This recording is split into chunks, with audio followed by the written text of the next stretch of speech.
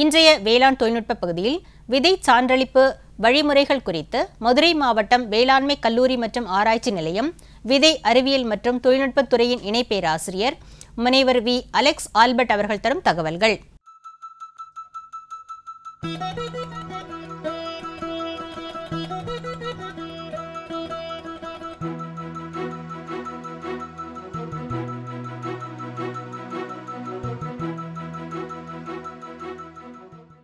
விதை சான்றளிப்பு வழிமுறைகள். விதை சான்றளிப்பு அப்படிங்கன்னா சீட் சர்டிஃபிகேஷன் சொல்லுவோம். ஸோ இந்த விதை சான்றளிப்பு வழிமுறைகள் எப்படி பண்ணுறோம், இதனுடைய முக்கியத்துவம் என்ன அப்படிங்கிறதுல ஏன் சொல்ல போகிறோம் அப்படின்னா, இப்போ நார்மலாக வந்து ஒரு விவசாயி ஒரு பயிர் உற்பத்தி பண்ணுறாரு அப்படின்னா, அவர் வந்து கமர்ஷியல் கிரைன் ரேட்டுன்னு சொல்லுவோம். அதாவது தானியங்களாக விற்கிறார். தானியங்களாக விற்கும்போது அவருக்கு குறைந்த வருமானம் தான் கிடைக்கும். அதை அவர் விதை உற்பத்தியாக பண்ணார் அப்படின்னா குறைஞ்சது 2லேருந்து 3 மடங்கு அவருக்கு வருமானம் கூடுதலாக கிடைக்கும். யாரெல்லாம் வந்து ஒரு வளமான மண், அஷ்யூர்டு இரிகேஷன் சொல்லுவோம், எப்போவுமே வந்து தண்ணி வசதி இருக்கிற விவசாயிகள் கண்டிப்பாக விதை உற்பத்தி செய்யலாம். ஸோ அந்த விதை உற்பத்தி செய்கிறதுக்கு நமக்கு சீட் சர்டிஃபிகேஷன் ஸ்டாண்டர்ட்ஸ் கண்டிப்பாக ஃபாலோ பண்ணணும். அந்த வழிமுறைகளை தான் நான் உங்களுக்கு இப்போ சொல்ல போகிறேன். அதை சீட் சர்டிஃபிகேஷன் ப்ரொசீஜர்ஸ், விதை சான்றளிப்பு வழிமுறைகள் அப்படிங்கும்போது நீங்கள் வந்து கண்டிப்பாக வந்து முதல்ல பண்ண வேண்டியது எந்த மாதிரி ரகங்கள் நீங்கள் பயிர் பண்ண போகிறீங்க அப்படிங்கிறத நீங்கள் முடிவு செஞ்சுக்கணும். ரகங்கள் அப்படிங்கும்போது எந்த பயிராக இருந்தாலும் அதில் லேட்டஸ்ட்டு ரிலீஸ்டு வெரைட்டின்னு சொல்லுவோம். புதிய ரகங்களை நோக்கி நீங்கள் பயணிப்பது ரொம்ப அவசியம். ஏன்னா புதிய ரகங்களும்போது கண்டிப்பாக உங்களுக்கு விற்பனையில் எந்த தொய்வும் ஏற்படாது. அப்போது அந்த புதிய ரகங்களை தேர்ந்தெடுக்கும் போதும் அது உங்களுடைய பகுதிக்கு அல்லது உங்களுடைய வயலுக்கு ஏற்றதாக இருக்குதா அப்படிங்கிறதையும் நீங்கள் முடிவு பண்ணிவிட்டு அந்த மாதிரி ரகங்களை தேர்வு செய்து விதை உற்பத்திக்கு போகலாம். ஸோ அப்போ அதில் என்னென்ன ப்ராசஸ் பண்ணணும் அப்படின்னா, முதல்ல வந்து விதை பண்ணை பதிவு செய்தல் அப்படின்னா சீட் ஃபார்ம் ரெஜிஸ்ட்ரேஷன். ஏன்னா வந்து அதுக்கு வந்து இது எல்லாமே வந்து தமிழக அரசால் வந்து நம்மளோட ஸ்பெக்ஸுங்கிற ஒரு போர்ட்டலில் எல்லாமே இருக்குது. அது வழியாக தான் நம்ம வந்து இந்த விதை உற்பத்தியை பண்ண முடியும். எல்லாமே ரெஜிஸ்ட்ரேஷன் ப்ராசஸ் தான். நீங்கள் எப்படி வந்து ஒரு நிலம் வந்து பதிவு பண்ணி உங்கள் பேருக்கு மாற்றுறீங்களோ அதே மாதிரி விதை பண்ணையை வந்து நீங்கள் அந்த இதில் ரெஜிஸ்டர் பண்ணணும். ஸோ அப்போ விதை பண்ணை பதிவு செய்கிறதுக்கு நீங்கள் எவ்வளோ ஏரியாவில் போட போகிறீங்க, அந்த என்ன பயிர் போட போகிறீங்க, அதோட ரகம் என்ன, அதுக்கு சோர்ஸ் சீடுன்னு சொல்லுவோம். அதாவது இப்போ ஃபார் எக்ஸாம்பிள் வந்து நீங்கள் வந்து ஒரு சர்டிஃபைட் சீட் ப்ரொடியூஸ் பண்ண போகிறீங்க, சான்று விதை ப்ரொடியூஸ் பண்ண போகிறீங்க அப்படின்னா ஃபவுண்டேஷன் சீட், ஆதார விதை வந்து ஒரு இடத்துல நிறுவனத்தில் வாங்கியிருக்கணும். அந்த ஆதார விதை யாரெல்லாம் உற்பத்தி பண்ணுறாங்கன்னு பார்த்தீங்கன்னா, நம்ம நார்மலாக வந்து தமிழ்நாடு வேளாண்மை பல்கலைக்கழகத்தால் எல்லா கல்லூரிகளிலும் அல்லது ஆராய்ச்சி நிலையங்கள் எல்லாத்துலேயுமே வந்து உற்பத்தி பண்ணிகிட்ருக்காங்க.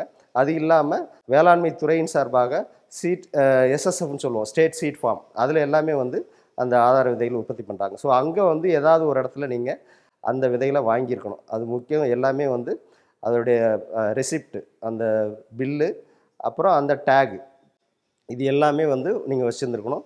அது இல்லாமல் எந்த ஏரியாவில் உங்கள் வயலில் போட போகிறீங்க அதோட மேப் வேணும், எஃப்எம்பி வேணும், சர்வே நம்பர், இது எல்லாமே வந்து அந்த ஃபார்மில் ஃபில் பண்ணி நீங்கள் விதைக்கிற தேதியை எழுதிட்டு சொல்லி நீங்கள் பதிவு பண்ணணும். ஸோ இதுக்கெல்லாம் எவ்வளோ செலவாகும் அப்படின்னு பார்த்தீங்கன்னா, ஒரு ஏக்கருக்கு 25 ரூபா தான் நீங்கள் செலவு பண்ணுறது. சீட் ஃபார்ம் ரெஜிஸ்ட்ரேஷனுக்கு வந்து 25 ரூபா தான் ஆகும். அது இல்லாமல் அதுக்கப்புறம் அவரை வயல் ஆய்வு பண்ணுறதுக்காக சீட் சர்டிஃபிகேஷன் ஆஃபீஸ்ன்னு சொல்கிற விதை சான்றிதழ் அலுவலர் வருவார். ஸோ அவருக்கு வந்து ஒரு ஏக்கருக்கு நமக்கு ஃபீஸாக வந்து 100 ரூபா கட்டுற மாதிரி இருக்கும். அப்புறம் விதை பரிசோதனைக்கு ஒரு சாம்பிளுக்கு 80 ரூபா. ஸோ டோட்டலாக பார்த்தீங்க அப்படின்னா சீட் ப்ராசஸிங்கு ஒரு கிலோவுக்கு 3 ரூபா அப்படிங்கிற மாதிரி வரும். ஸோ டோட்டலாக உங்களுக்கு எக்ஸ்ட்ரா ஆகக்கூடிய செலவு இந்த விதைப்பண்ணை பதிவு செய்கிறதுனால அப்படின்னு பார்த்தீங்கன்னா ஒரு ஏக்கருக்கு ஒரு 1000 ரூபாயிலேருந்து 2000 ரூபாய்க்கு மேலே ஆகாது. ஸோ அந்த 2000 செலவு பண்ணுறதுனால ஆனால் உங்களுக்கு வரக்கூட வருமானம் வந்து கண்டிப்பாக ரெட்டிப்பாகும். ஸோ நான் இப்போ இதை வந்து பதிவு பண்ணுறதை சொல்லிட்டேன். இதை எப்போ பண்ணணும் அப்படின்னா, நீங்கள் விதைச்சி 15 நாளோ அல்லது பூக்கிறதுக்கு முன்னாடி கண்டிப்பாக பண்ணியிருக்கணும். ஸோ அதுக்கு மேலே வந்து அதை அக்செப்ட் பண்ணிக்க மாட்டாங்க. ஸோ இதெல்லாம் வந்து அதுக்கு முன்னாடியே நீங்கள் வந்து அருகில் உள்ள உங்களுடைய விதைச்சான்று துறை இருப்பாங்க, அல்லது ஏடி ஆஃபீஸில் கேட்டிங்கனாலே வந்து விதைச்சான்று அலுவலர் அங்கே இருப்பார். ஸோ அவர் மூலமாக நீங்கள் பதிவு பண்ணிக்கலாம். ஸோ இது மாதிரி பண்ணும்போது அவங்க என்ன பண்ணுவாங்க அப்படின்னா, வயல் ஆய்வுக்கு வருவாங்க. பதிவு பண்ணிட்டா உங்களுக்கு ஒரு க்ரோயர்ஸ் நம்பர் கொடுத்துருவாங்க.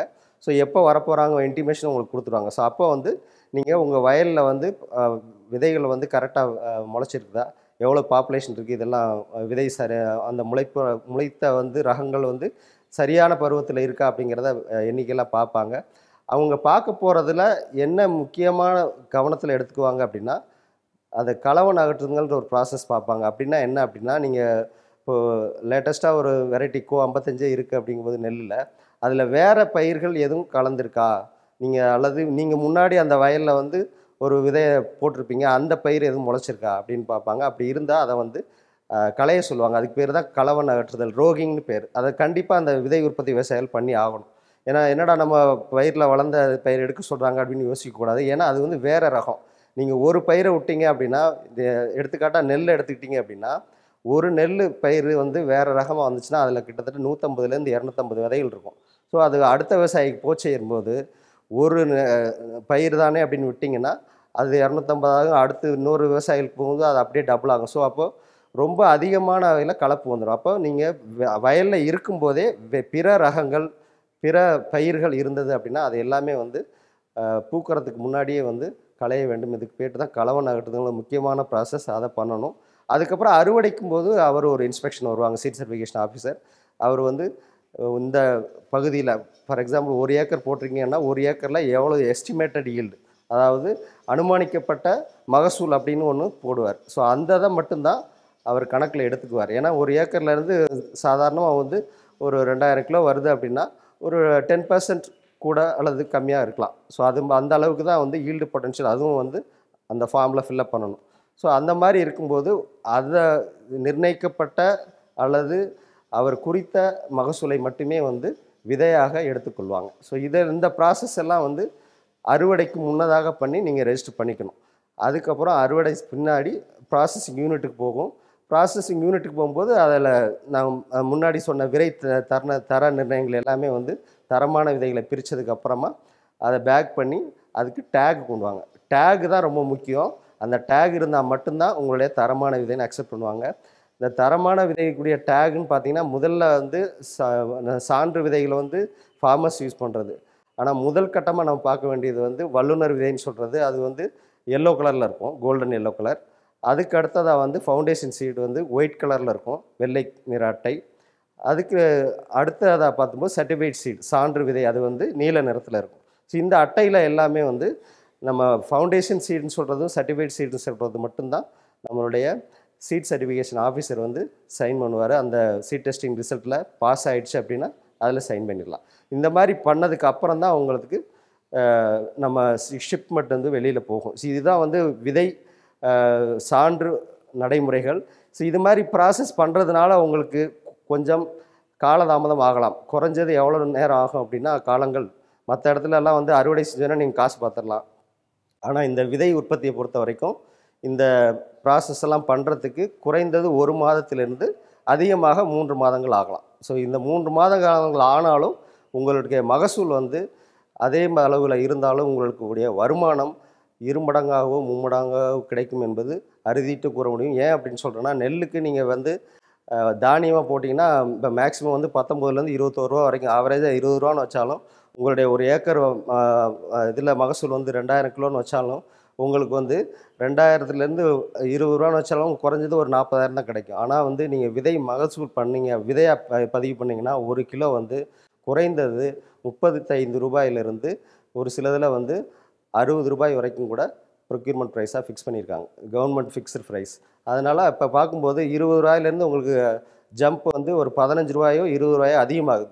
ஸோ அப்போது நீங்கள் வந்து ஒரு 2 மாதங்கள் காலதாமதம் ஆனாலும் உங்களுடைய வருமானம் கண்டிப்பாக 2 மடங்கு ஆகும் என்பதில் எந்த சந்தேகமும் வேண்டாம். அதனால் யாருக்கெல்லாம் எந்தெந்த விவசாயிகளுக்கெல்லாம் நல்ல வளமான மண்ணும் நீர் ஆதாரம் எப்போதும் இருக்கிற விவசாயிகள் அனைவரும் விதை உற்பத்தியாளர்களாக மாறி உங்களுடைய வருமானத்தை உயர்த்திக்கொள்ள வேண்டும் பணிவுடன் கேட்டுக்கொள்கிறேன். நன்றி. மேலும் விவரங்கள் பெற முனைவர் வி. அலெக்ஸ் ஆல்பர்ட் அவர்களை 09788996008 என்ற கைபேசி எண்ணில் தொடர்பு கொள்ளலாம்.